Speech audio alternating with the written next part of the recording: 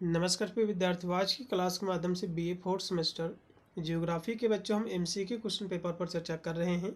आज की क्लास में हम टॉप 100 क्वेश्चन आपको कराए दे रहे हैं।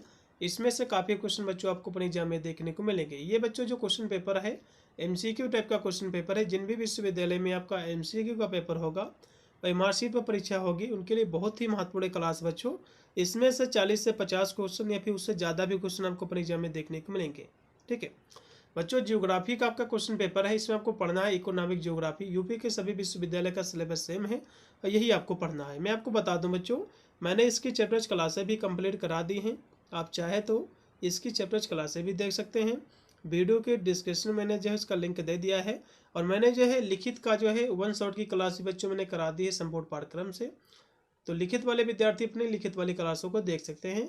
और जिन भी विश्वविद्यालय में आपका ऑब्जेक्टिव पेपर होगा, एमसीक्यू का पेपर होगा, तो अपनी एमसीक्यू की क्लासेज जो देख सकते हैं।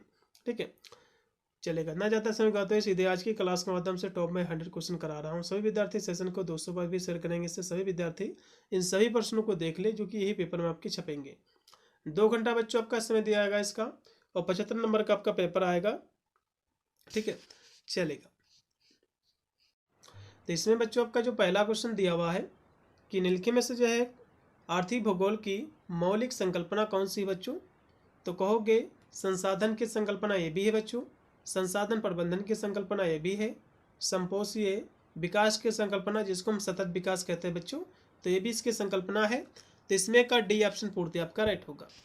अगला बच्चों क्वेश्चन आपका 2 नंबर है कि झूम कृषि की विशेषता क्या है, आपको बताना। देखो, झूम कृषि जो कृषि होती है, ये खेतों को जो है चक्र होता है, ये इसकी पहली विशेषता है। ठीक है, क्योंकि झूम कृषि जो बच्चों होती है, यह एक बच्चों जो है आदिम प्रकार की कृषि पद्धति है, जिसे काटो और जो है जलाओ, इस कृषि को कहा जाता है। ठीक है, चलेगा।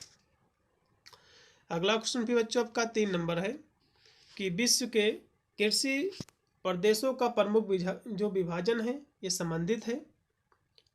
ठीक है, विश्व के कृषि प्रदेशों का प्रमुख विभाजन संबंधित है। तो ये जो है भेड़ कृषि से संबंधित है। ठीक है, क्योंकि इन्होंने ही जो है बच्चों 13 कृषि प्रदेशों का जो है विभाजन किया है। इसमें का राइट आपका बी। अगला क्वेश्चन आपका 14 नंबर है कि कृषि कटिबंधीय वर्षा वनों में शामिल है। तो इसमें बच्चों रबड़, महोगनी और जो है गाटा पार्चा, ये सभी इसमें का राइट आपका डी। फिर देखिएगा कि प्राथमिक क्षेत्र की गतिविधि है, तो कौन सी गतिविधि प्राथमिक क्षेत्र की है? तो कहोगे मछली पकड़ना, ये प्राथमिक बच्चों आपकी गतिविधि हो जाएगी। ठीक है, देखो प्राथमिक गतिविधि बच्चों जो होती है, ये जो है सीधे तौर पर प्राकृतिक संसाधनों का उपयोग जो करती है। उदाहरण के जैसे कि कृषि करना, मछली पकड़ना, ये सब चीज़ें इसमें। अगला क्वेश्चन भी बच्चों है कि विश्व में कॉफ़ी का सबसे बड़ा उत्पादक देश कौन सा है? मतलब जो कॉफ़ी सबसे ज़्यादा किस देश में होती है, आपको ये बताना है। तो बच्चों कॉफ़ी सबसे ज़्यादा जो है ब्राज़ील में होती है। इसमें का पहला ऑप्शन पूर्ति आपका राइट है। ठीक है, क्योंकि बच्चों ब्राज़ील में पिछले 150 वर्षों से दुनिया का सबसे बड़ा कॉफ़ी उत्पादन देश जो है बना हुआ है। अगला देखिएगा कि निम्नलिखित में से जो है कौन नवीकरणीय संसाधन का उदाहरण है, आपको बताना। देखो नवीकरणीय क्या होता है बच्चों, इसकी परिभाषा सभी को पता होगा। नवीकरणीय बच्चों संसाधन हम उन संसाधनों को कहते हैं, ठीक है, जिनको जो है हम पुनः जो है प्राप्त किया जा सकता है और कभी जो है समाप्त नहीं होते हैं। तो उनको जैसे कि सौर ऊर्जा आज भी प्राप्त हो रहा है, कल भी हमको प्राप्त होगा। अगला देखिएगा कि अंतर्राष्ट्रीय व्यापार तथा बाजार क्षेत्र की विश्वव्यापी बनाना, क्षेत्र को विश्वव्यापी बनाना ये किसका उद्देश्य है बच्चों, आपको बताना है। तो ये बच्चों जो उद्देश्य है वैश्वीकरण का है, जिसको हम भूमंडलीकरण भी कहते हैं। ये बच्चों जो उद्देश्य है वैश्वीकरण का है, ग्लोबलाइजेशन का है। इसमें का भी, क्योंकि बच्चों वैश्वीकरण क्या होता है, ग्लोबलाइजेशन जो होता है एक देशों से दूसरे देश में जो व्यापार होता है। जैसे कि भारत में कोई चीज़ का उत्पादन नहीं ज़्यादा होता तो दूसरे देश से मंगाया जाता है, यहाँ पर जो होता है दूसरे देशों में बेचा जाता है। तो इसी को हम वैश्वीकरण कहते हैं। अगला देखिएगा कि वैश्वीकरण को प्रभावित करने वाले कारक हैं। तो प्रौद्योगिकी, सांस्कृतिक आदान प्रदान, व्यापारिक नीतियों में बदलाव, ये सभी। फिर है कि वैश्वीकरण में कितने घटक जो है शामिल हैं, आपको बताना है। तो इसमें बच्चों 5 घटक शामिल है, इसमें का बी। ठीक है, अगला देखिएगा अभी बच्चों आपका है 11 नंबर क्वेश्चन कि वैश्वीकरण के उत्पाद हैं। तो वैश्वीकरण से बच्चों नवीन तकनीकी ये भी उत्पाद होता है, आर्थिक बदलाव और जो उपनिवेशवाद को भी बढ़ावा मिलता है, सभी इसमें का डी। फिर है कि भारत में उदारीकरण की नीति ये कब आई थी, क्वेश्चन काफ़ी महत्वपूर्ण है।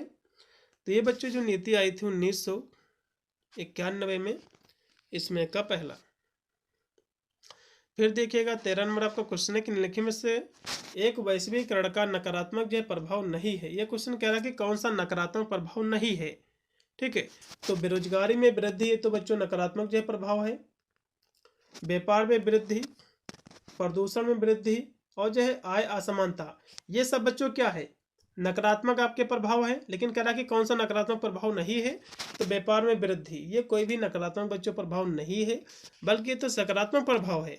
इसमें का दूसरा ऑप्शन पूर्णतः राइट है।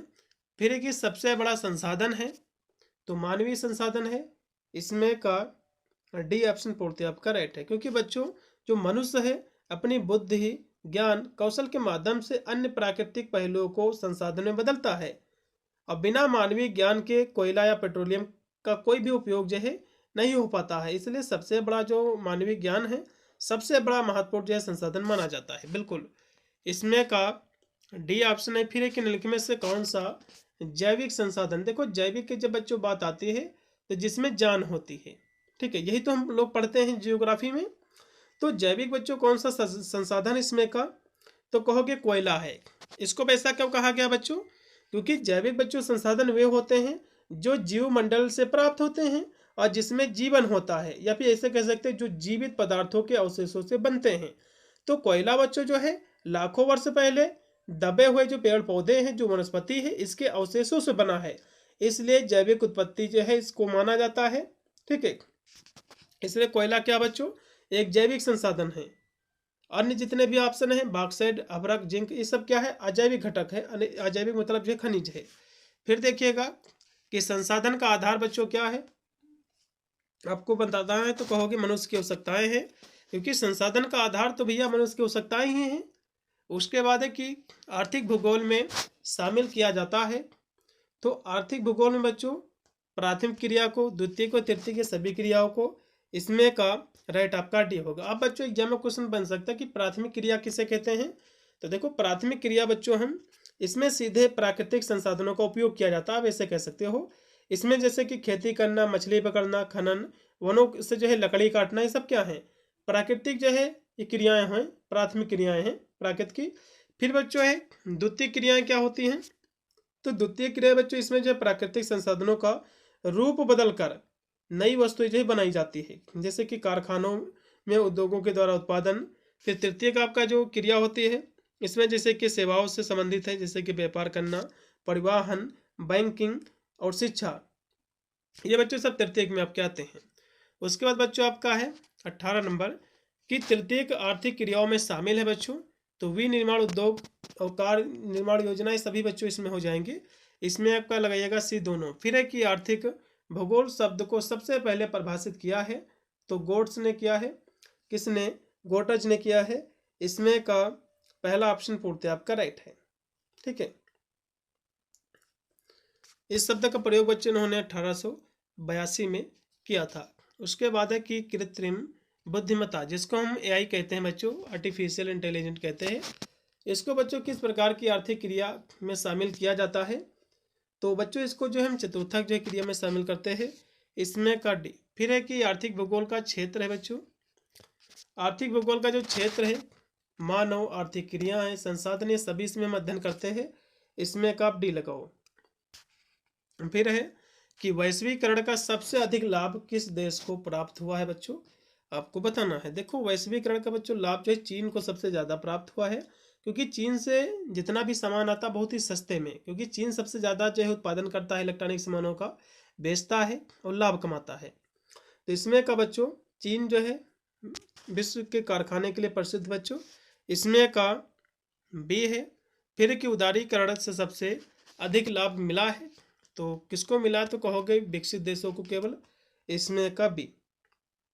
इसमें का बी, फिर है कि वैश्वीकरण के लिए आवश्यक है, तो इसके लिए बच्चों एफडीआई की स्वतंत्रता, तकनीक की स्वीकृति, प्रतिबंध का ना होना, ये सभी है।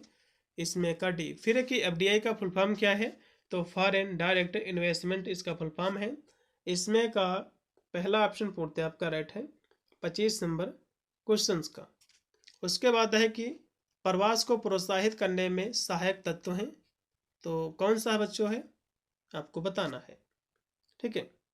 तो कहोगे वैश्वीकरण है, इसमें का आपका बी ऑप्शन। उसके बाद है दुर्गापुर लोहा इस्पात उद्योग किस राज्य में स्थित है, 27 की बात करें बच्चों तो पश्चिम बंगाल में स्थित है। इसमें का सी ऑप्शन पूर्णतः आपका राइट है।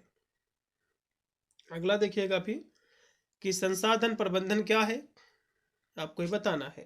देखो संसाधन जो प्रबंधन है बच्चों, ये क्या है, तो संसाधनों का अनुकूलतम उपयोग भी है, संसाधन सर्वेक्षण भी है, संसाधन का संरक्षण सभी है। इसमें का डी। 28 नंबर क्वेश्चन का बच्चों डी ऑप्शन पूर्णतः आपका जो है राइट रहेगा।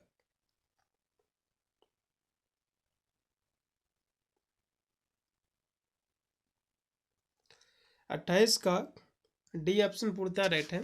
उसके बाद है कि जीवाश्म संसाधन के उदाहरण हैं, तो कहोगे पेट्रोलियम है, इसमें का बी, ठीक है। जीवाश्म इसलिए बच्चों इसको कहा गया है क्योंकि जो पेट्रोलियम है ये जो है वे ऊर्जा स्रोत हैं जो लाखों वर्ष तक पृथ्वी की परतों के नीचे दबे हुए मृत पौधे या जानवरों के अवशेषों से बनते हैं, ठीक है। फिर आपका अगला इसमें क्वेश्चन है कि hand book of commercial geography, ये जो बच्चों पुस्तक है, इस पुस्तक के लेखक कौन है, ये क्वेश्चन आपके एग्जाम में बनेगा। तो ये जो है चिसोल इसके जो लेखक है, इसमें का राइट आपका डी है। ये जो पुस्तक बच्चों 1889 में लिखी गई है, क्वेश्चन आपके एग्जाम में जरूर बनेगा। फिर एक निम्नलिखित में से कौन सी आर्थिक भूगोल की शाखा नहीं है बच्चों, आपको बताना है। तो देखो बच्चों आर्थिक भूगोल में हम विपणन भूगोल, वाणिज्य भूगोल, अधिवास भूगोल, लेकिन मानव भूगोल हम नहीं पढ़ते हैं। इसमें का सी, ये बच्चों इसकी शाखा नहीं है। फिर है कि आर्थिक भूगोल के विषय में शामिल है, ठीक है। तो इसमें प्राकृतिक संसाधन, मानवीय संसाधन, आर्थिक क्रियाएं सभी। इसमें का डी। 32 का डी ऑप्शन पूर्णतः राइट है। फिर 33 नंबर क्वेश्चन के निम्नलिखित में से कौन सा संसाधन है जिसे पुनः प्राप्त नहीं किया जा सकता है। देखो कौन सा संसाधन है जिसको हम पुनः जो प्राप्त नहीं किया जा सकता है बच्चों, आपको ये बताना है, ठीक है। तो जो कोयला है बच्चों, क्योंकि कोयला का एक बार यूज करने पर इसको जो है दोबारा यूज नहीं किया जा सकता है, और जैसे कि तांबा, चांदी, जिंक, इनका हम प्रयोग दोबारा कर सकते हैं। इसमें का बी लगाइएगा। फिर 34 नंबर क्वेश्चन है कि अवसर लागत का सिद्धांत बच्चों किसने दिया था। यह क्वेश्चन तो आपके एग्जाम में जरूर बनेगा, तो हेबलर ने दिया था। इसमें का पहला है। उसके बाद है कि आर्थिक भूगोल पर्यावरण के संबंध में मानव के आर्थिक जीवन से संबंधित है। ये परिभाषा बच्चों जिम्बरमैन के द्वारा दी गई है। इसमें का पहला है। फिर कि आर्थिक भूगोल एक उपशाखा है, तो कहोगे मानव भूगोल की है। उसके बाद है कि निम्नलिखित में से कौन सी क्रिया प्राथमिक आर्थिक क्रिया है, तो कृषि करना, मछली पकड़ना, ये प्राथमिक बच्चों क्रियाएं हैं। इसमें का बी। उसके बाद है कि स्वास्थ्य किस प्रकार की आर्थिक क्रिया है बच्चों, तो स्वास्थ्य आपकी जो आर्थिक क्रिया है बच्चों तृतीयक जो क्रिया है। इसमें का सी है। फिर कि आर्थिक भूगोल के किस उपागम को सामान्य विषय वस्तुपरक उपागम कहते हैं। 39 की बात करें तो क्रमबद्ध उपागम को। फिर कि संसाधन के कितने जय संघटक होते हैं, तो 3 इसके होते हैं, प्राकृतिक, मानवीय, जय संस्कृति, जो कि जिम्बरमैन के द्वारा बच्चों बताए गए हैं। वैसे तो जो कि संसाधनों के कितने संघटक होते हैं बच्चों, ऐसे तो प्राकृतिक संसाधन या भी ऐसे कह सकते हो जैविक और जैविक आपके इसके घटक होते हैं, लेकिन संघटक की बच्चों बात कर रहा है संसाधनों के। तो जो कि जिम्बरमैन ने बच्चों इसके 3 जो कि संघटक बताए हैं, प्राकृतिक, मानवीय और सांस्कृतिक। अगला देखिएगा वे संसाधन जिनमें जीवन मिलता है, मतलब जो है वे संसाधन जिसमें जान होती है, वे आपके जैविक संसाधन कहलाते हैं। इसमें का पहला ऑप्शन पूर्णतः राइट है। फिर के संसाधनों की वर्गीकरण का आधार है बच्चों, तो क्या है, तो उपयोगिता, उपलब्धता और तत्व सभी। इसमें का डी। उसके बाद देखिएगा कि विरल संसाधन का उदाहरण है, तो हीरा बच्चों जो है विरल संसाधन है। अब विरल इसको संसाधन बच्चों क्यों कहा गया है, क्योंकि विरल संसाधन बच्चों जो विश्व में केवल कुछ ही स्थानों पर पाए जाते हैं, जैसे कि हीरा, सोना, टिन, यूरेनियम, तो इसको हम विरल संसाधन कहते हैं। मतलब जो है कुछ ही स्थानों पर पाए जाते हैं, इसमें का पहला। और जल, मिट्टी, वनस्पति तो सभी स्थानों पर पाए जाते हैं। फिर कि अनन्य संसाधन का उदाहरण क्या है बच्चों, आपको बताना। देखो अनन्य संसाधन होता क्या है, सबसे पहले इसको जान लीजिए। देखो अनन्य बच्चों जो संसाधन होता है वे संसाधन होते हैं जो हर जगह पाए जाते हैं। तो हर जगह बच्चों क्या पाया जाता है, कहोगे मिट्टी पाई जाती है हर जगह, हीरा पाया जाता है हर जगह, नहीं भैया। और जो है क्योंकि क्रोपोलाइट भी नहीं पाया जाता है, तो केवल मिट्टी हर जगह पाई जाती है, इसलिए इसको अनन्य हम संसाधन कहेंगे। उसके बाद है कि समाज एक सांस्कृतिक संसाधन है, तो कहोगे कस्बा, गांव, एक्सप्रेसवे, ये सभी बच्चों इसमें का डी लगाओ, इसमें का डी ऑप्शन पूर्णतः राइट है। फिर एक संसाधनों पर छाया पुंज सिद्धांत किसने दिया, तो जिम्बरमैन ने। इसमें का पहला है कि भारत में मुख्य रूप से कौन सा वन पाया जाता है, तो उष्ण कटिबंधीय पर्वतीय वन, इसमें का बी, इसमें का बी ऑप्शन पूर्णतः राइट है। फिर एक शीतोष्ण कटिबंधीय मिश्रित वन में शामिल है, तो ओ किस में बच्चों शामिल है, इसमें का पहला। ठीक है, क्योंकि बच्चों शीतोष्ण कटिबंधीय जो वन है इसमें ओक, बीच और जो है मेपल जैसे पेड़ जो कि मुख्य रूप से पाए जाते हैं। और आम, जामुन, ये क्या है, ये जो है जो नीम है, ये उष्ण कटिबंधीय जो कि क्षेत्रों के वृक्ष हैं। ठीक है, जबकि इसमें क्या कह रहा है, शीतोष्ण कटिबंधीय वन कह रहा है बच्चों, इसलिए इसमें का पहला। फिर है कि सबसे कम वन जो है किस महाद्वीप में पाया जाता है बच्चों, तो कहोगे ओशनिया में, इसमें का सी है। फिर सबसे अधिक बच्चों मछली उत्पादन कहाँ से किया जाता है, तो समुद्र के माध्यम से, इसमें का पहला। अगला देखिएगा कि बैंक बच्चों क्या है। ठीक है, बैंक क्या है आपको बताना है, तो प्रमुख मछली उत्पादन क्षेत्र है बच्चों, इसमें का राइट आपका बी है। उसके बाद है कि मछलियों का प्रमुख भोजन क्या है बच्चों, तो प्लैंकटन है, इसमें का सी, इसमें का सी ऑप्शन पूर्णतः आपका राइट है। अब बच्चों प्लैंकटन क्या है ये भी समझ लीजिए। ये बच्चों जो है पानी में तैरने वाला बहुत ही सूक्ष्म जीव है और जंतु है होते हैं जो जल धाराओं के साथ जो बहते हैं। अगला देखिएगा कि विश्व के 3 जो है सबसे बड़े मछली उत्पादन देश कौन से बच्चों, तो मछली बच्चों जो है जो चीन है इसमें बहुत ज़्यादा होती है, इंडोनेशिया और भारत में सबसे ज़्यादा मछली उत्पादन होती है। फिर है कि अदरक का सबसे अधिक उत्पादन किया जाता है, तो कहाँ किया जाता है आपको बताना है। तो अदरक बच्चों जो है सबसे ज़्यादा चीन में उत्पादन इसका होता है, इसमें का आपका राइट होगा आपका सी। ठीक है, क्योंकि बच्चों सबसे अधिक ये बात कर रहा है ना, और भारत का स्थान जो कि प्राकृतिक सीट मई का जो कि उत्पादन दुनिया के प्रमुख स्थान में से एक ये भी है। लेकिन बच्चों जो कि अदरक उत्पादन जो कि चीन के बाद जो है भारत का स्थान आता है, जो कि आंध्र प्रदेश अदरक का सबसे बड़ा उत्पादन राज्य है। फिर देखिएगा कि पुरुताज घास का मैदान कहाँ पाया जाता है आपको बताना है, तो ये बच्चों जो है हंगरी में। ठीक है, अब हंगरी बच्चों जो है में पाया जाता है, इसमें का बी। फिर है कि विश्व में लौह अयस्क का सर्वाधिक उत्पादन होता है, तो कहाँ होता है, तो कहोगे ऑस्ट्रेलिया में, इसमें का पहला है। फिर पृथ्वी का फेफड़ा किसे कहा जाता है बच्चों, तो जंगल को कहा जाता है, वनों को, इसमें का राइट आपका डी। ठीक है, अगला देखिएगा कि घटिया किस्म का कोयला है, तो कौन सा बच्चों घटिया किस्म का कोयला है, तो घटिया किस्म का बच्चों जो कोयला है पीट है। ये क्यों कहा गया इसको बच्चों, क्योंकि कोयले के निर्माण की पहली अवस्था है जिसमें कार्बन की मात्रा सबसे कम मतलब जो है 40 से 55% है, और यह नमी सबसे जो कि अधिक होती है, और इसके विपरीत एंथ्रेसाइट सबसे अच्छी गुणवत्ता वाला कोयला होता है।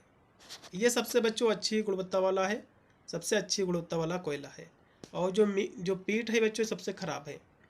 उसके बाद है कि कृषि को कौन से प्राकृतिक कारण जो प्रभावित करते हैं, तो ऊंचा बचे, जलवायु, मिट्टी, ये सभी।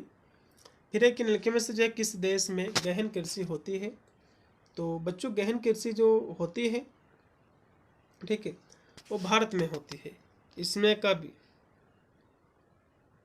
जिसको गहन हम निर्वाह कृषि कहते हैं, फिर कि विश्व में गेहूं का सबसे बड़ा उत्पादन देश कौन सा है बच्चों? तो गेहूं बच्चों जो है सबसे ज़्यादा विश्व में चीन में उत्पादन होता है। चीन के बाद जो है भारत का स्थान है। ठीक है। उसके बाद है कि विश्व में चाय का सर्वाधिक उत्पादन देश कौन सा है? तो चाय सबसे ज़्यादा बच्चों चीन में ही उत्पादन होती है। इसमें का डी। उसके बाद है कि निम्न में से रेशेदार फसल कौन सी है? तो कहोगे कपास है। इसमें का बी है। फिर कि वान थ्यूनेन कहाँ के निवासी थे? आपको ही बताना है। तो जर्मनी के बच्चों थे। इसमें का पहला। फिर कि वान ब्यूथेन के अनुसार किस पेटी में गहन कृषि कार्य होता है? आपको बताना है। तो प्रथम पेटी में। इसमें का पहला। ऐसा इन्होंने क्यों कहा बच्चों? क्योंकि इनका जो मॉडल है बच्चों, इनके अनुसार शहर में सबसे पास वाली यानी पहली पेटी में शीघ्र खराब होने वाली वस्तुएं और गहन कृषि का कार्य होता है। फिर कि कॉफी की प्रजातियां हैं। तो ये सभी बच्चों कॉफी की प्रजातियां हैं। ठीक है। अगला देखिएगा कि उद्योगों को कितने भागों में विभक्त किया जा सकता है? आपको बताना है। तो इसको बच्चों जो कितने भागों में विभक्त किया जा सकता है? क्योंकि 3 भागों में। इसमें का पहला। फिर कि उद्योगों की अब स्थिति को प्रभावित करने वाले कारक क्या हैं? तो कच्चा माल, शक्ति के साधन, परिवहन, ये सभी। फिर है कि फुटलूज उद्योग है। फुटलूज उद्योग क्या है बच्चों? आपको बताना है। तो ये जो उद्योग है मोबाइल उद्योग है बच्चों। इसमें का पहला। फिर कि कौन सा रासायनिक बच्चों उद्योग है? तो कहोगे कीटनाशक है। इसमें का पहला है। फिर कि निम्न में से कुटीर उद्योग कौन सा है? तो कुटीर उद्योग आपका जो है पत्थर की मूर्ति बनाना है। इसमें का सी। उसके बाद है कि विश्व का सबसे बड़ा सूती वस्त्र उत्पादक कौन है बच्चों? आपको बताना है। तो सबसे ज़्यादा सूती उत्पादन बच्चों चीन में होता है। इसमें का बी। भारत बच्चों दूसरे स्थान पर है भारत। उसके बाद देखिएगा कि भारत में सूती वस्त्र उद्योग का सबसे बड़ा केंद्र है। तो कहाँ है बच्चों? तो भारत में इसका जो केंद्र है मुंबई में है। इसमें का पहला है। फिर है कि उत्तर भारत का मैनचेस्टर किसे कहा जाता है? तो कानपुर को। सभी को पता होगा बच्चों। अगला देखिएगा कि अल्फ्रेड वेबर ने औद्योगिक अवस्थित सिद्धांत का प्रतिपादन कब किया था? तो 1909 में। इसमें का बी। फिर है कि आइसो डापेन शब्द का प्रयोग जो है किया था। तो किसने किया था? तो वेबर ने। इसमें का सी है। फिर है कि सूती वस्त्र उद्योग की स्थापना हेतु आवश्यक भौगोलिक कारण क्या है बच्चों? तो कच्चा माल, सस्ते श्रमिक, परिवहन के साधन, ये सभी। फिर कि चीनी का कटोरा बच्चों किस देश को कहते हैं? तो क्यूबा को कहते हैं। इसमें का पहला। इसमें का पहला है। फिर है कि जापान में सूती वस्त्र उद्योग का केंद्र क्या है बच्चों? आपको बताना है। तो जापान में बच्चों जो है ओसाका है। इसमें का सी है। फिर कि परिवहन के सभी साधनों में सबसे सस्ता साधन है। तो जल परिवहन बच्चों सबसे सस्ता जो कि साधन है परिवहन का। फिर है कि डेट्राइट डेट्राइट किस उद्योग के लिए प्रसिद्ध है बच्चों? तो ये बच्चों जो प्रसिद्ध है मोटर गाड़ी उद्योग के लिए। इसमें का सी है। यूरोप में आंतरिक जल मार्ग की नदियों में शामिल है। तो इसमें बच्चों क्या शामिल है? आपको बताना है। तो इसमें बच्चों सभी शामिल हैं। ठीक है। इसमें का आप डी लगाइएगा। फिर है कि विश्व का सबसे बड़ा राष्ट्रीय जलमार्ग कौन सा बच्चों? तो राष्ट्रीय जलमार्ग 1 है। इसमें का पहला है। फिर विश्व का सबसे व्यस्तम समुद्री मार्ग मतलब जो सबसे बिजी जो है कौन सा समुद्री मार्ग है? तो उत्तरी जो है जो कि अटलांटिक मार्ग है। फिर देखिएगा कि भूमध्य सागर को लाल सागर से कौन जोड़ता है? तो स्वेज नहर जोड़ती है। इसमें का बी। उसके बाद बच्चों आपका है कि पनामा नहर का निर्माण जो है कब हुआ था? ये क्वेश्चन काफ़ी महत्वपूर्ण है। तो 1914 में। इसमें का सी ऑप्शन 1914। फिर विश्व का सबसे बड़ा रेलवे जो कि रेल मार्ग है तो ट्रांस साइबेरियन जल जो कि रेल मार्ग है। इसमें का बी है। फिर 88 नंबर क्वेश्चन के उत्तरी अंतर महाद्वीपीय रेल मार्ग किस देश में स्थित है? आपको बताना है। तो यूएसए में स्थित बच्चों। इसमें का डी। फिर बच्चों है कि सबसे अधिक एक्सप्रेस वे विश्व में किस देश में स्थित हैं, आपको ये बताना है। ठीक है, तो ये बच्चों जो स्थित है यूएसए में ही स्थित है। फिर कि भारत में किस राज्य में सबसे अधिक एक्सप्रेस वे हैं, तो उत्तर प्रदेश में हैं।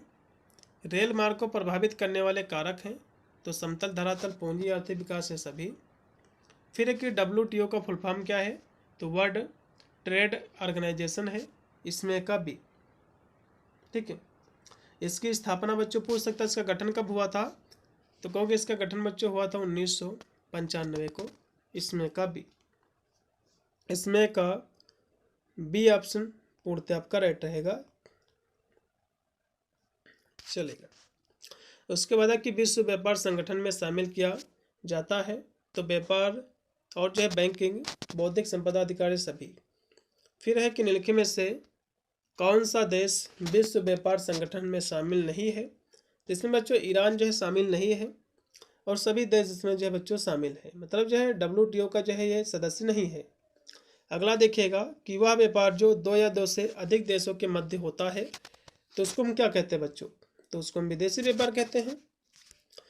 फिर है कि पेट्रोल निर्यातक से सर्वाधिक विदेशी संगठन है, तो कौन सा बच्चों है संगठन ये, ठीक है, तो ओ जो है ओपेक है, मतलब जो है OPEC है, इसका फुल फॉर्म जो है Organization of the Petroleum Exporting Countries. इसकी स्थापना बच्चों 1960 में हुई थी। ठीक है, इसमें का बी है। फिर है आसियान का निर्माण बच्चों कब हुआ था, ठीक है, तो 1967 को, इसमें का बी। इसमें का सी होगा बच्चों 67 में।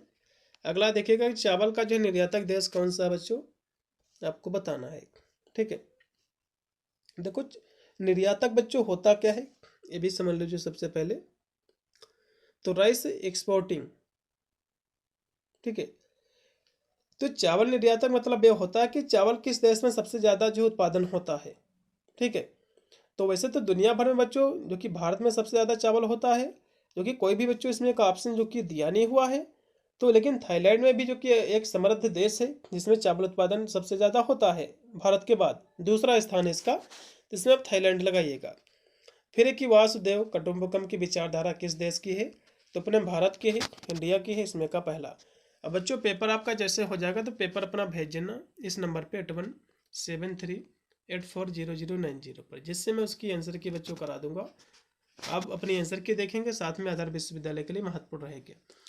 और सभी विद्यार्थी जो भी हम जो कि आल सब्जेक्ट मैंने करा, जो कि क्लासेस सारी हमारी कंप्लीट हैं, आप जाकर के अपने सब्जेक्ट के अकॉर्डिंग सारी क्लास आप देख सकते हैं, चैप्टर्स क्लासेस देख सकते हैं, मॉडल पेपर भी देख सकते हैं। और मैंने जो है 1 शॉट की भी बच्चों क्लासें कराई हैं, तो आपको हमारे चैनल पर सारी क्लास आपको मिल जाएगी, कहीं पर भी आपको बैच वगैरह लेने की बिल्कुल भी आपको आवश्यकता नहीं पड़ेगी। आप सभी लोग चैनल से जुड़े रहिएगा और ऑल नोटिफिकेशन को भी ऑन कर लेना, जिससे मेरा जब भी कोई वीडियो आएगा तो उसका नोटिफिकेशन आपको मिलता रहेगा। मिलता है वीडियो के लिए, तब तक सभी को thank you for watching this video.